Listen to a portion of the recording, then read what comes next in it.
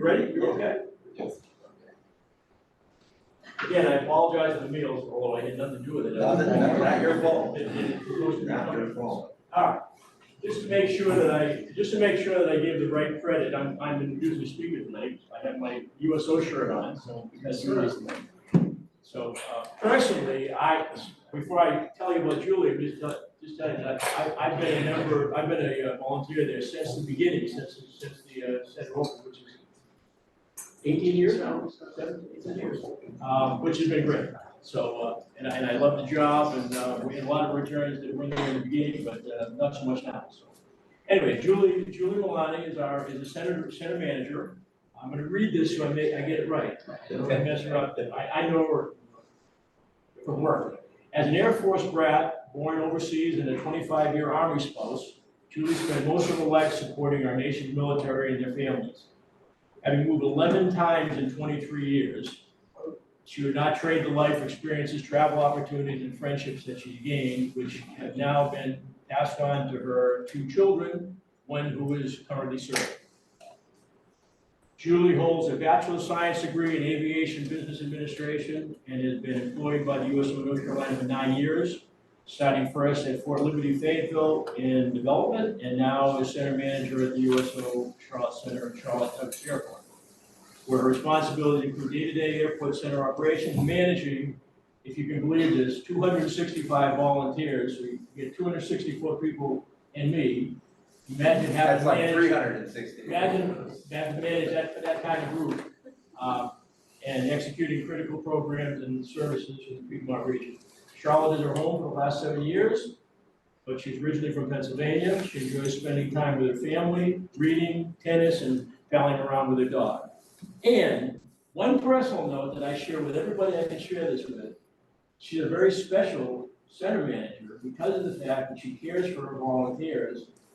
Don and I were on an airplane to Boston last year. We went up for a family thing. We came off the plane at Logan Airport in Boston, and who was standing right there was Julie, standing right there. And I knew she was there to greet me and make sure I got there okay. I just knew that she was there, which is not the reason, but I tell people that story.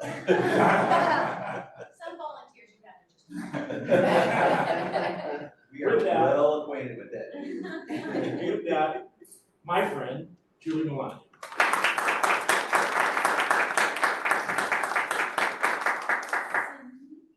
So, thank you for having me here to speak today. Rebecca's going to go around that way. I'm going to show you a little clip of how relevant the USO is in this day and age. She's going that way because of the volume. So you just turn your attention to the TV for a second. You can see what we do. Coast to coast, America's military plays a crucial role in the fabric of American society. Throughout the country, the USO provides specialized support meeting each region's needs. In the Northeast, we're on site at some of the country's largest airports in New York and Washington, D.C., offering service members a place to rest on their travels.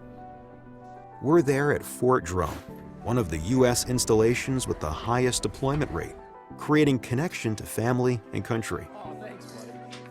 A large percentage of our total military is based in the Southeast, many of whom are new to the forces.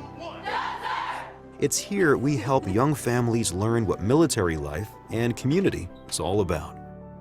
In the Midwest, where many National Guard units spent 2020 responding to the coronavirus pandemic, the USO is an active part of the military community.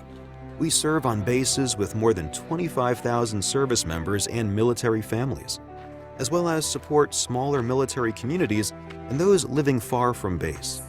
We help reserve troops in the central region stay connected to their active duty counterparts. On the West Coast, San Diego is home to 1/4 of our naval fleet. We bring our support directly to their ships and throughout the region, all the way up to Alaska and the Arctic. The USO is by their side for it all. Our social programs bring everyone together. From barbecues and tailgates to baby showers and celebrations, the USO touches the lives of service members and their families. Because of our generous sponsors, We're able to follow our troops serving on the front lines, where they are responding to natural disasters and emergencies, so they can focus on their job keeping us all safe. The commander will often pull us aside and say, we've been up since 5 a.m. and they're tired and they've been in the elements, and for y'all to show up with smiles on your face and goodies that they don't normally get really helps boost the morale of my troops. Whenever you boost a service member's morale, it builds resiliency, and that helps them to be mission ready. Whether they are young or old, a new or soon-to-be veteran, in a city or small town, we are beside them. We got a phone call from a mother of one of the Marines who couldn't go to her son's graduation, and she wanted us to give her son a hug. We lined up all our volunteers and we all gave him a hug. Well, lo and behold, the Marines behind him wanted hugs too, just for a taste of home, a hug from mom. And gosh knows they deserve it. Your donations create a sense of community for our service members, giving them lifelong memories of your support. Because of you, they know we're always by their side.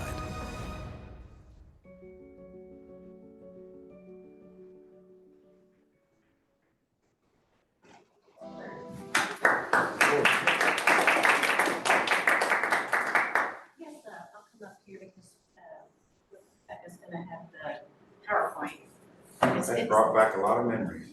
I'm sure, thank you for your service too. We appreciate that.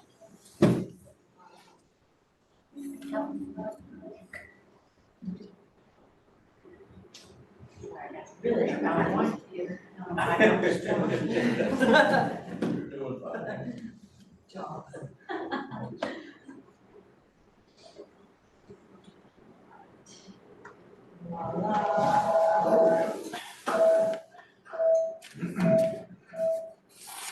Pardon? That is digital reflex. Okay, stand in your way. So that was a clip for stateside support, what the military, what the USO does for the military. So a lot of it can be national disaster and emergency relief, like it showed. So wherever they go, we go to support them, supporting the civilians in the crisis, wherever it may be. Next slide. So we too just had a birthday. We're 83 years old. The charter was signed by President Roosevelt in 1941, and 6 organizations came together to form as one to do the same thing. And that is to serve the active duty National Guard Reserve and their families. And that is the mission of the USO. Thanks.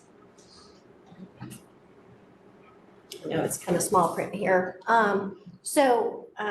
We make sure we try and stay relevant with what's going on in the world. We never want to duplicate a program that maybe the government is doing, or Department of the Army, or different organizations that support the military. So our leadership will talk to the commanders and ask them what keeps them up at night. And so through those conversations personally, and it's one of my responsibilities too, to have a relationship with all the local command teams. What are their needs? What would they like to see their support look like? But Big USO has programs that we get to use as well around the country and around the world. And some of these core programs, they've kind of put it in a little pail for us, but some of these programs right here, the K9 program is fairly new, of about a couple of years old. And we partner with organizations that have therapy dogs, where they train their dogs to be service animals, and they can come into the USOs either on the installations or in the airports or wherever there's an activity. And our canines get volunteer hours too. And we're in the process right now of picking our canine of the year. So we have 4 candidates going on, and that's going around right now to pick volunteer of the year for our canine. So we do things like care packages all over the world for our centers. Our Coffee Connection is a program for military spouses. It's just something, it's like a peer-to-peer, and it keeps them connected to each other. I might jump ahead a little bit, but my area of support is Charlotte, Winston-Salem, Greensboro, and out to Asheville. So I have half of North Carolina, and we have National Guard Reserve in our area. I don't have an installation like Fort Liberty or Camp Lejeune with the Marines. So my service members and families are in your communities, and we travel. There's an armory in every county in North Carolina, and so that's where we go. We'll hold right here. We have reading programs for the military. We will have the service member read a story and video them with the book, and we give that book and that SIM card to the child, their child, so that when mom and dad are away, they've got their voice in their ear reading them a book, a storybook before bedtime, which is a nice little thing to have when they're not home. Care packages and USO to go, or it could be hygiene kits, it could be snacks and drinks. We have the entertainment department. If you can go back to the map. Yeah, we'll stay right there for a second. We have global entertainment. I don't know if you might remember Bob Hope and the celebrity ambassadors that would travel downrange to entertain the troops. We still have that, and those celebrities can be singers or actors and actresses, sports players. We all have relationships with our NFL and baseball and hockey and basketball, you name it. We are partners with a lot of sporting groups. So those folks will go downrange and entertain the troops. And it's mostly overseas that happens. We have our youth programs. We have STEM and study skills for the young kids. We have different holiday programs, and we have transition. So even though we're not a veteran service organization, we partner with them for certain programs, and transition is a big one. There are a lot of organizations out there that help the military go from military life to civilian life, and we have that program just as well. We are with them the last year of service and the first year of civilian life, helping them transition. So a little bit about local USO. We are USO North Carolina. We are considered in the Southeast region that makes up 11 states. So USO North Carolina, this is my region, the green, but we have the Sand Hills, which is Fort Liberty, the Coastal, which is Camp Lejeune and all the Marines up and down in New Bern and Wilmington. And then RDU up here in the yellow, they have the Joint Forces headquarters, National Guard headquarters up there, and they have Seymour Johnson Air Force Base. So there's 6 USO centers in North Carolina. It's taken a lot to get used to Fort Liberty's. I know, I still say Fort Bragg. We were stationed there twice in Fayetteville, so it's kind of hard to transition. Next slide.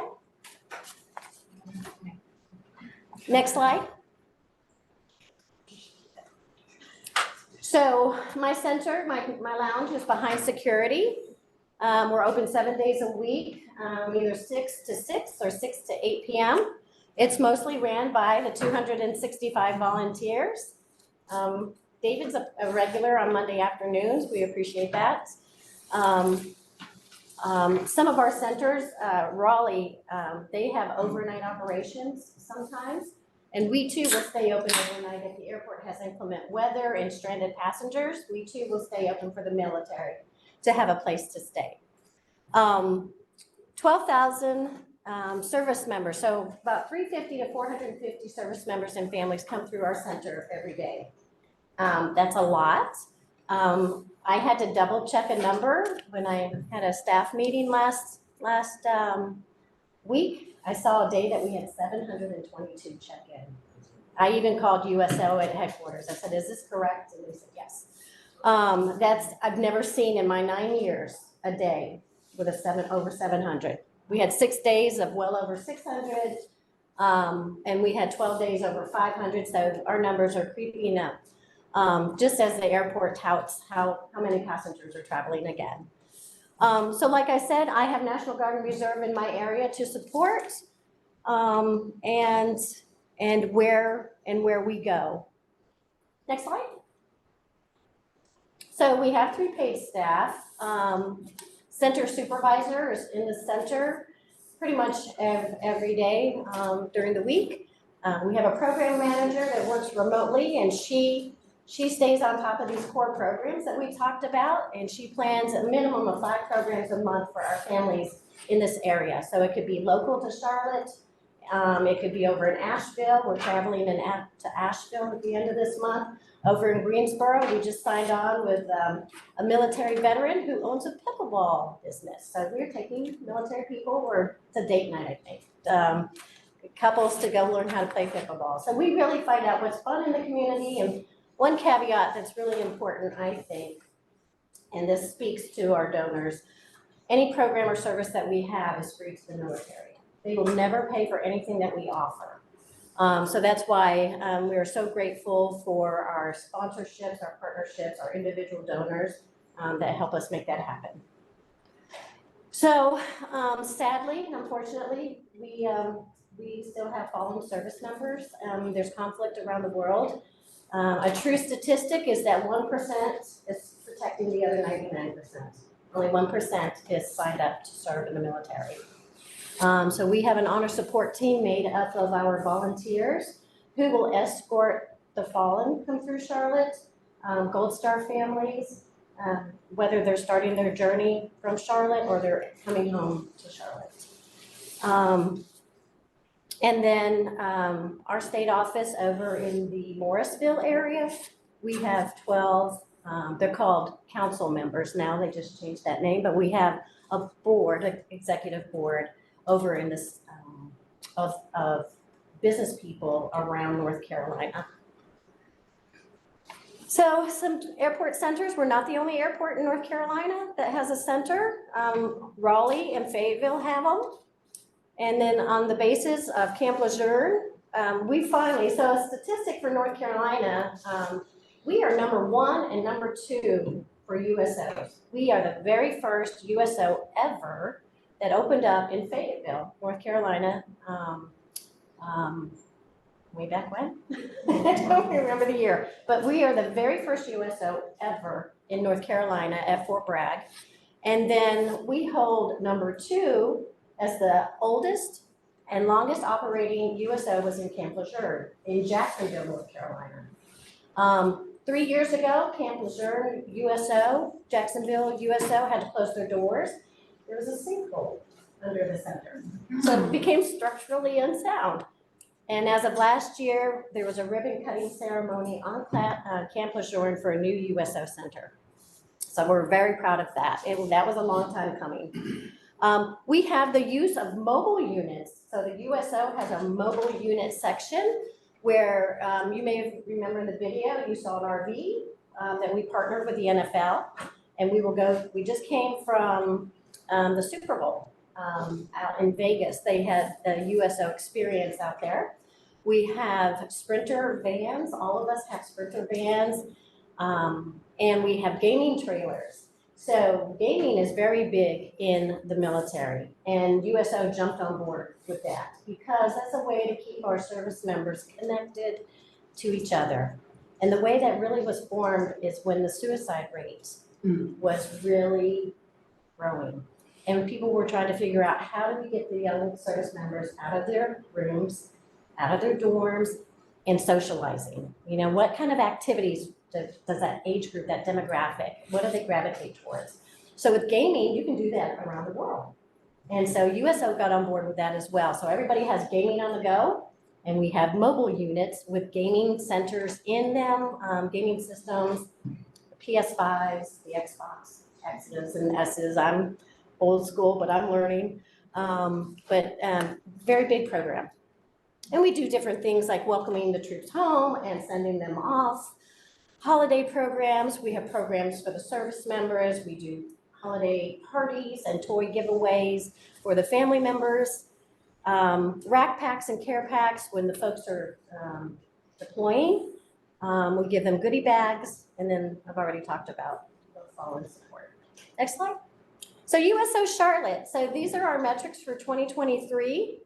Every month it fluctuates, but on average, we do see about 12,000 plus come through our center.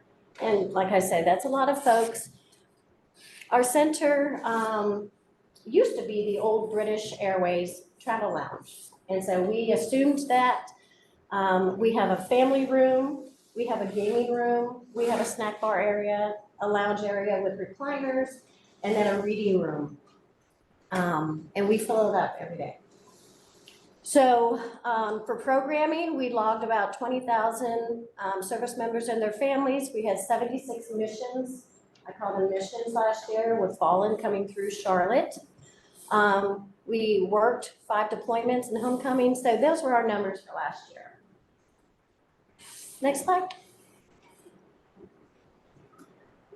So the kind of the reason why the USO develops the programs that they do are for these reasons. And so, like I said, we want to make sure that we are keeping the service member connected to family, home, and country.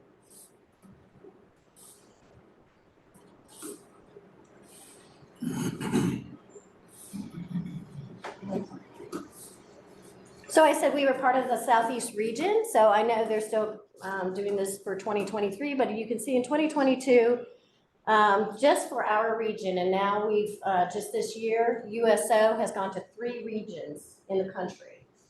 So this is our region down here, we're 11 states actually, and these are the percentages of military that we support in this area. So I have 33% of the active duty, and I have 30% of the National Guard and Reserve in this area.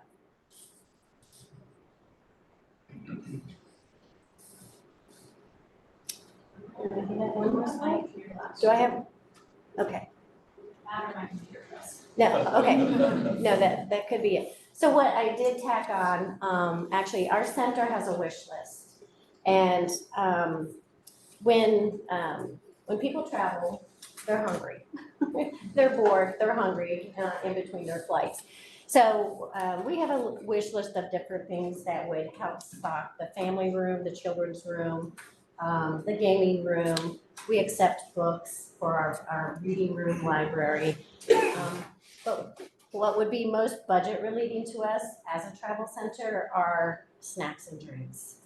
And so when I am offered the opportunity to go around and speak about our USO in your area, that is my biggest budget relating item, and that's kind of big on our wish list. So if there's ever an opportunity to do a community project, employee engagement, because maybe some of you are like you're coming from your businesses or you're looking for a team project, a lot of our folks will start on the level of doing either a care pack, a hygiene care pack, or a snack pack to go.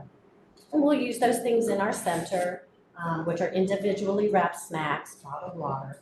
Or we'll take them out to the armories when the units are having drill weekends. That's where they all come together for the 2 days, once a month, and they do their exercise, their training, their education, and we will go out and support them when they're doing drill weekend. As a matter of fact, we're supporting the Navy Reserve Center this Sunday. It's also the Navy Reserve birthday, so we're coming with a big sheet cake to wish them happy birthday. We're cooking hamburgers and hot dogs for them. We bring our outdoor activities for them, like cornhole and Jenga. Our gaming trailer, our gaming mobile unit is going to be there so they can play systems when they're kind of released from duty on Sunday afternoon. So we get around, the requests come in, we kind of talk about what the request requirements are, and then we connect with them and go out and support. So we'll be supporting Asheville at the end of the month. We're going to Hickory next weekend for a family day. So it's kind of quiet in January, first half of February, but then we hit the ground running until Christmas. So there's so much, if you're interested in supporting the active duty in your communities, there's so much you can do. And I know the Rotaries do a wonderful job, and your efforts are fantastic. I saw your calendar and what you've been doing and what all Rotaries do, and so maybe you'll consider the military in your community and want to do something for them. Thank you.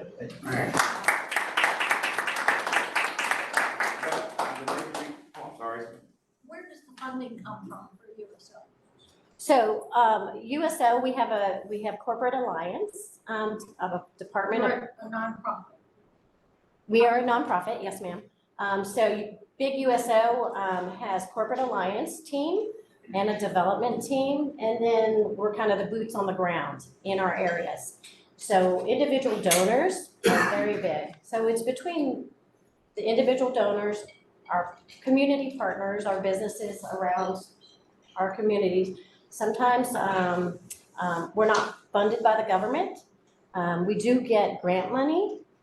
So we take a lot of statistics so that when those folks who are writing the grants have those numbers, but and then we're all given a budget. But it's mostly through partnerships and sponsorships and individual donors.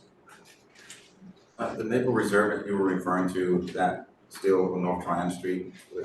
North Hills, it's North Hills up by the university. Yeah, okay. Mhm. Gotcha. It's Navy Reserve and the Marine. And Marine Corps, gotcha, okay, it's the same one. Okay. Yes, sir. I know you only deal with active duty members, but would it be possible to have some kind of a joint thing with the veterans that we do with our honor flight? So, we do partner with veteran service organizations, especially when they're transitioning. Okay, so, and then we also help out when the, honor flights, so Queen City honor flights. Yes. Yeah, so we do help them. We're part of that team. When they come into the airport, we supply the coffee and the donuts and the snacks and the I drinks. did not know that. No, we do, and I think they're gonna try and go back to twice a year. No, No? I talked to Nico this morning, we're still, October will be the next one, Will it? but Okay. yeah, well, thank you for that. Yeah, no, we're with him and we sit in all those meetings with American Airlines and partners. Wonderful. We also partner with Gary Sinise Foundation for Snowball Express. Are you all familiar with that?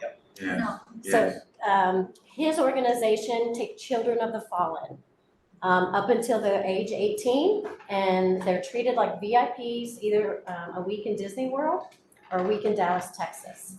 And so they will commission planes, American Airlines is a partner, they will commission planes all over the country to bring these families together. And Charlotte is a hub for a plane. And same thing, we set up with American Airlines, there's a theme, it's in December, so it's just before Christmas. And last year was Winter Wonderland.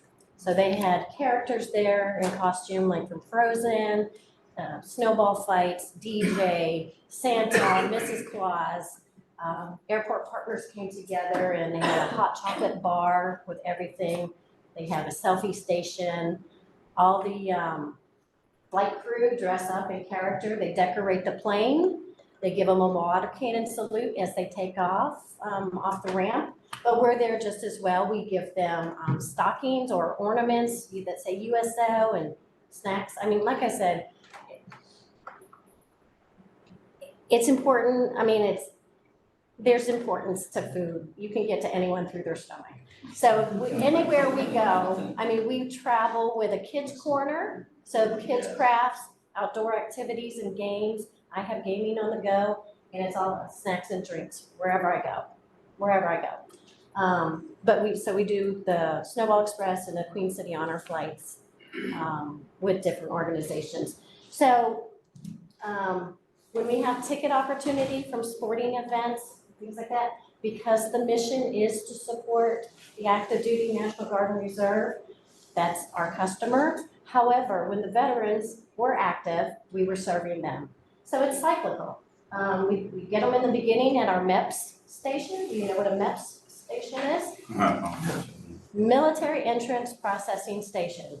And that's where the young men and women, or maybe not so young, go and take their exams, their medicals, and they take their oath to join the military. And it's any branch, it's all branches, and they ship out right there from that building, that office, which is over on Arrowhead. Arrowwood. And so we get them at the very beginning because they travel through our airport and they take off and go down to camp or Fort Jackson where the school is, or boot camp, basic training. And then when they're transitioning and leaving the service, that's when we connect with them at different job fairs. Or some of our partners might have job fairs that they will invite us to. We advertise different workshops through the USO on how to get a job in the government system, or how to work with the FBI, or how to write your resume, and how to interview skills, or education. So Big USO will put those on, and it's mostly virtual programming so that anyone around the world can register for those programs. Now, you mentioned about partnering. How can someone partner? What does a USO need on a serious, regular basis that someone can donate or help get into your? So to help my center, like I said, my biggest line item on my budget is food and beverage. And I know that, I want to say, I know it doesn't sound important, but it's a lounge, it's a travel lounge. So we have a grab and go snack bar. Items for the children's room, so crafts, coloring books and crayons, or books, or little toys. Because if a child gets attached to a toy, which happens quite often, they can take it. So we're constantly replenishing our family rooms. And we make sure the family knows that if little Susie wants that baby doll, she can have it. Or, take the book, or trucks, things like that. We have gaming systems, so whatever games are out there, we're buying them to stay popular or stay on top of what the newest and latest and greatest system is. But it's mostly, we're out shopping at least 2 times a week, just for food and drink. Because when we get unit requests, they will ask for food support as well. So we travel, what we have in the center, we take on the road with us too. Would you accept gently used toys or stuffed animals? No stuffed animals. When COVID hit, we got rid of all of that and we didn't bring it back. But yeah, if it's in good condition, nothing loose, no tiny parts, we try and stay with toys that are at least maybe like 3 years plus. No Legos, because we don't want to step on those. No Legos, they end up everywhere, and so we try to stay away from the Legos. Jenny? What kind of foods and snacks are you looking at? So individually wrapped snacks, so chips, pretzels, crackers, peanuts, trail mix, granola bars, cookies. And do you have to be conscious of peanut allergy, or how does that work? Well, I mean, it's on the snack bar. Okay. So I think it's up to the individual to, read the label. We'd like to get into having some non or gluten-free items, so that's something new we're gonna try and have a little option. We do serve sandwiches, so we're out buying things for sandwiches. And then sodas and waters. We do have the airport partners that are very generous, so we get donations from Panera or Starbucks. Dunkin' Donuts is in the airport, so on occasion we'll get donations from them. You have a question online, Jenny, or Bob? I was just wondering, as far as toys, do you take Play-Doh? I have a ton from our grandson and like to get rid of some. No Play-Doh. No, Play-Doh gets stuck in the carpet. Thank you, though. What is your budget? My what? Budget. The What budget? does it cost to run this center? So my budget, I think, for food, this year is around $50,000, which gives me about $4,100 a month. And it's also one of my responsibilities to go out and find in-kind donations. And that's why I said it. I get a lot of cold calls from American Legions, church groups, ROTCs, like women's auxiliary groups, things like that, that want to know how they can help. And the easiest and the smallest level that you can do is either a bottled water drive or a snack collection drive, or if it's employee engagement or a team project. You can buy the snacks, the individually wrapped snacks. We do a lot of shopping at Sam's Club. And lay those snacks out, a gallon-sized Ziploc bag, and they'll go down and make these snack packs to go, and then write a little letter of gratitude, a little note card of gratitude, and we hand those out. So we'll take them into the center, or we'll take them on the outside when we go to unit requests. So to do a drive on behalf of USO, we can just contact you obviously and get your blessing on like, okay, you can say you're doing this for the USO and you can make sure we're clear on what items we should be accepting. Yeah, I must have updated the PowerPoint after I sent this to Rebecca, but I have the wish list that I send out often, so I could easily send that or give it to David or send it to you of what's on there. Send it to me and I'll make sure it's in the newsletter. Okay, fantastic. Thank you, Jenny. Thank you. And then we can also pick up. So getting it to the airport is, we can come to you because it's not so easy for you to come to the airport and get it to us that way. What do the volunteers do? What do the volunteers do? Good question. So I try and have 4 volunteers per shift. They're 3-hour shifts every day. We try and keep 2 at the front in our lobby to welcome and greet and help them check in. We have an iPad system that they check in on, or we have a mobile app that they can check in while they're sitting on the plane, waiting to get off, and just show us their screen and their ID card and come on in. And then we keep 2 volunteers in the back kitchen. So they're constantly making the coffee, making the sandwiches, or refreshing the snack bar, wiping the tables off. If somebody needs assistance, they get orientation. When we bring on prospective volunteers, they're interviewed first by our volunteers. And then we get our volunteer blessing, like, yes, he will work, or, this person won't work for these reasons. And so we bring on volunteers. We give them a 2-hour orientation on how to run the center, kind of the intricacies of running our center. And they're the face of our center. The staff is doing operations and in and out of the center, so. And then they'll switch up. Sometimes since it's a 3-hour shift, they'll switch up. They'll go to the back and work in the kitchen, and the others will come up front and welcome the guests. Is there a minimum per month they have to 2 shifts, 6 hours. Yeah, that's our minimum requirement. And but we have so many volunteers that do way more than 6 hours, and we have a volunteer recognition program. We have an annual volunteer dinner. We have a volunteer of the year. We do volunteer of the month. We recognize them in April for National Volunteer Week. So we can't do it without volunteers. We just cannot. Yes. You said 3-hour blocks, and that's every day going open 6 to 6, 6 to 8 sometimes. So it'd be like 6 7 to days a 9. week.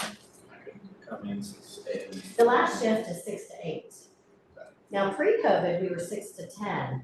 And then, fortunately, all our volunteers came back after COVID, and we had to start small with the hours, opening back up, what made sense and following all the guidelines and policies and procedures for COVID.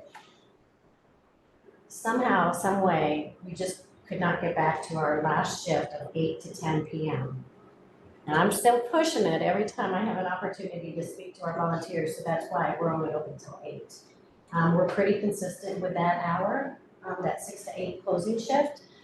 So I'm happy about that. It's the last flights out of the airport are around 11:30. It's the last April flights. How often are you volunteers?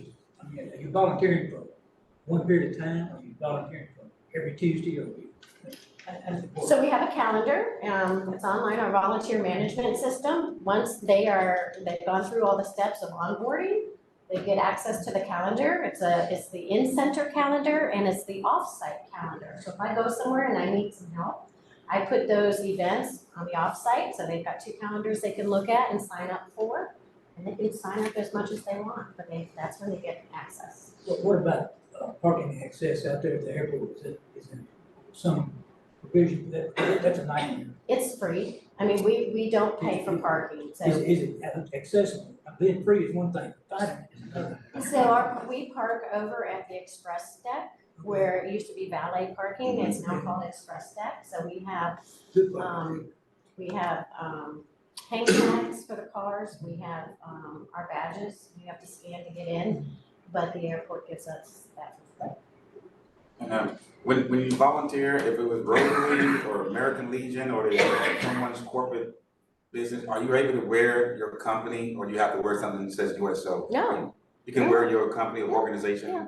Because what you're doing, you're hosting that opportunity at your location. Okay. So if you wanted me to come out and talk to your team about the USO, so they understand what they're doing and why they're doing it and who they're doing it for, then I could do that. So I'm not bringing your teams on site somewhere else.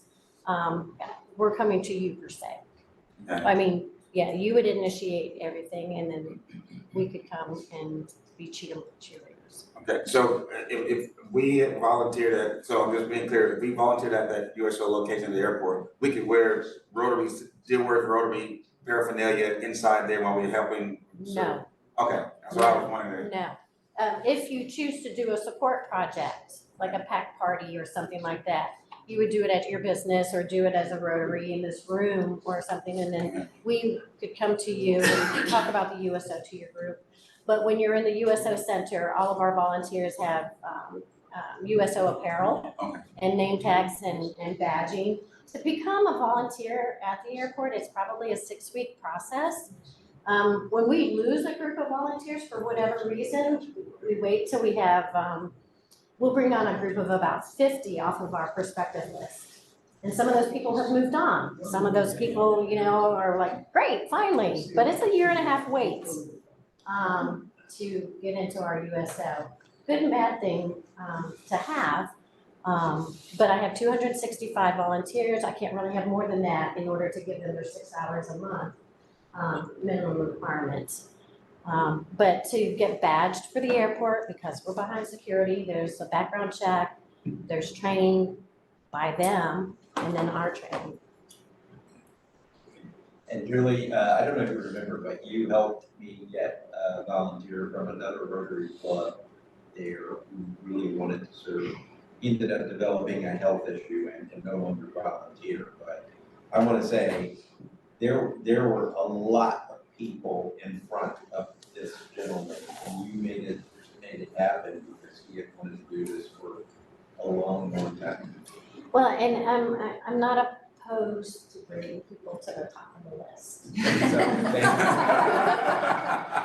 I mean, especially if I have a USO volunteer that says, hey, I have a good friend, and I mean, to me, they're kind of vetted, and so that person, that group, really has to wait to the next interview session, and we interview definitely twice a year, and we do the orientations immediately following to get the process started.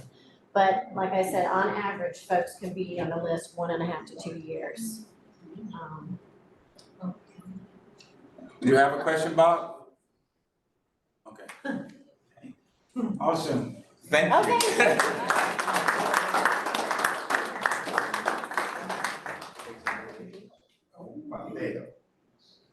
There you go. No.